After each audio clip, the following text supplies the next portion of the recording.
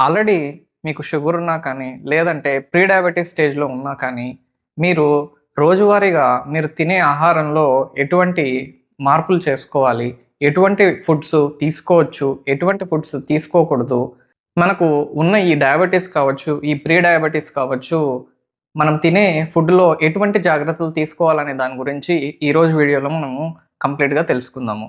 This is doctor Mohammad Mussi and welcome back to our channel.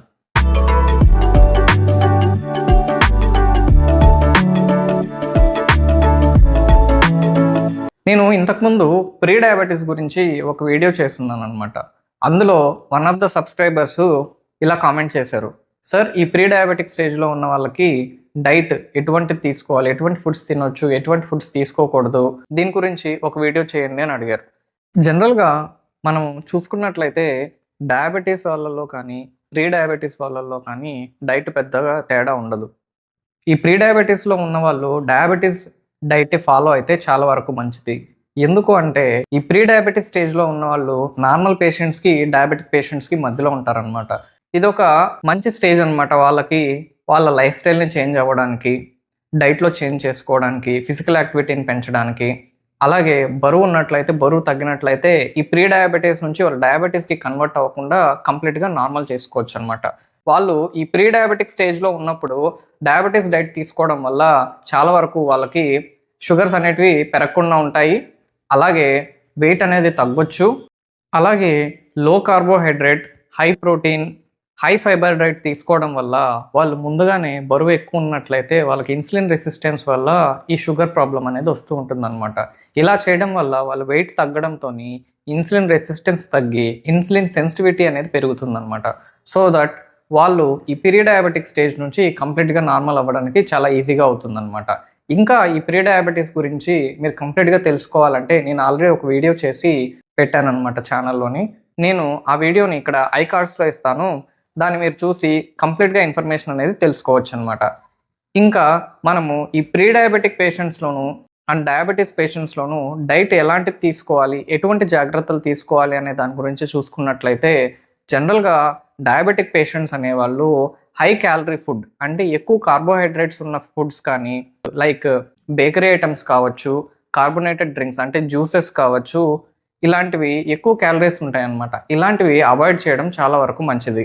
Especially ఈ మైదాతో చేసిన burgers, pizzas వీటిల్లో carbohydrate content ఎక్కువగా ఉంటుంది. అలాగే ఈ ఫ్యాట్ కంటెంట్ కూడా ఎక్కువగా ఉంటుందన్నమాట. ఇలాంటివి తీసుకోవడం వల్ల వాళ్ళు బరువు పెరుగుతారు. దానివల్ల ఇన్సులిన్ రెసిస్టెన్స్ అనేది ఎక్కువ అవుతూ షుగర్ అనేది కూడా అన్‌కంట్రోల్డ్‌గా ఉంటుందన్నమాట.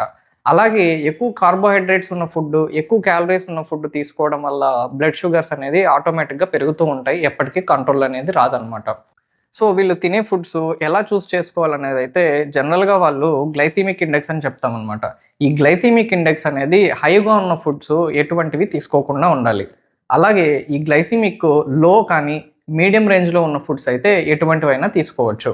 అది కూడా డైట్ అనేది జనరల్‌గా ప్రతి ఒక్క పేషెంట్‌కి చెప్పాలంటే ఇండివిడ్యువలైజ్డ్‌గా ఉండాలి. ఎందుకంటే ప్రతి ఒక్క బాడీ డిఫరెంట్‌గా ఉంటుంది. ప్రతి ఒక్కరికి షుగర్ కంట్రోల్ అనేది డిఫరెంట్‌గా ఉంటుంది. బాడీ రెస్పాన్స్ అనేది కూడా డిఫరెంట్‌గా ఉంటుందన్నమాట. అండ్ కొంతమంది పేషెంట్స్‌లోని షుగర్‌తో పాటి కొన్ని అదర్ ప్రాబ్లమ్స్ ఉంటాయన్నమాట. దాన్నే మనము కోమార్బిడిటీస్ అంటూ ఉంటాం. లైక్ షుగర్‌తో పాటుగా వాళ్ళకి హార్ట్ రిలేటెడ్ ప్రాబ్లమ్స్ కావచ్చు, కిడ్నీ రిలేటెడ్ ప్రాబ్లమ్స్ కావచ్చు, లివర్ రిలేటెడ్ ప్రాబ్లమ్స్ కావచ్చు, కంటి సమస్యలు కావచ్చు, అలాగే న్యూరోపతి అంటాము. ఇలాంటి ప్రాబ్లమ్స్ అనేటివి ఉంటూ ఉంటాయన్నమాట. కొంతమందికి స్టెంట్ ఏసుంటారు, హార్ట్ రిలేటెడ్ ప్రాబ్లమ్స్. కొంతమందికి స్ట్రోక్ వచ్చుంటుంది, పక్షవాతం అంటూ ఉంటాము. ఇలా పేషెంట్‌ని బట్టి డైట్ అనేది జనరల్‌గా ఇండివిడ్యువలైజ్డ్‌గా ఉండాలి. అంటే ఏ పేషెంట్‌కి ఏది కరెక్ట్ అనేది మనము ఆ పేషెంట్‌తోని మాట్లాడి వాళ్ళకున్న ప్రాబ్లమ్స్‌ని బట్టి డైట్ అనేది చెప్పాల్సి ఉంటుంది. ఇందాక నేను చెప్పినట్లుగా షుగర్‌తో పాటి అదర్ కోమార్బిడిటీసే కాకుండా ఈ డైట్ అనేది షుగర్ అనేది ఎన్ని సంవత్సరాల నుంచి ఉంది, ఎంత మాత్రం కంట్రోల్ ఉంది, దాన్ని బట్టి కూడా ఈ డైట్ అనేది డిపెండ్ అవుతూ ఉంటుందన్నమాట. అందుకనే జనరల్‌గా ఇప్పుడు నేను చెప్పే డైట్ వచ్చేసి జనరలైజ్డ్‌గా చెప్తున్నాను. ప్రతి ఒక్కరికి ఇదే డైట్ వర్తించకపోవచ్చు. ఇలా డయాబెటిక్ పేషెంట్స్ వాళ్ళు తీసుకునే ఫుడ్‌లోని ఇటువంటి మార్పులు చేసుకున్నట్లయితే వాళ్ళు ఎటువంటి ఫుడ్స్ తీసుకున్నా కానీ షుగర్స్ అనేది పెరగకుండా కంట్రోల్‌లో ఉంచుకోవచ్చు. ఈ వీడియో మీకు ఇన్ఫర్మేటివ్‌గా అనిపించినట్లయితే ప్లీజ్ లైక్ చేయండి. మీకు తెలిసిన వాళ్ళకి షేర్ చేయండి. అలాగే మీకు ఇంకా ఏదైనా డౌట్స్ ఉంటే కామెంట్స్లో మమ్మల్ని అడగండి. ఇలాగే మరిన్ని ఇన్ఫర్మేటివ్ వీడియోస్ కోసం మన ఛానల్ని సబ్స్క్రైబ్ చేసుకోండి.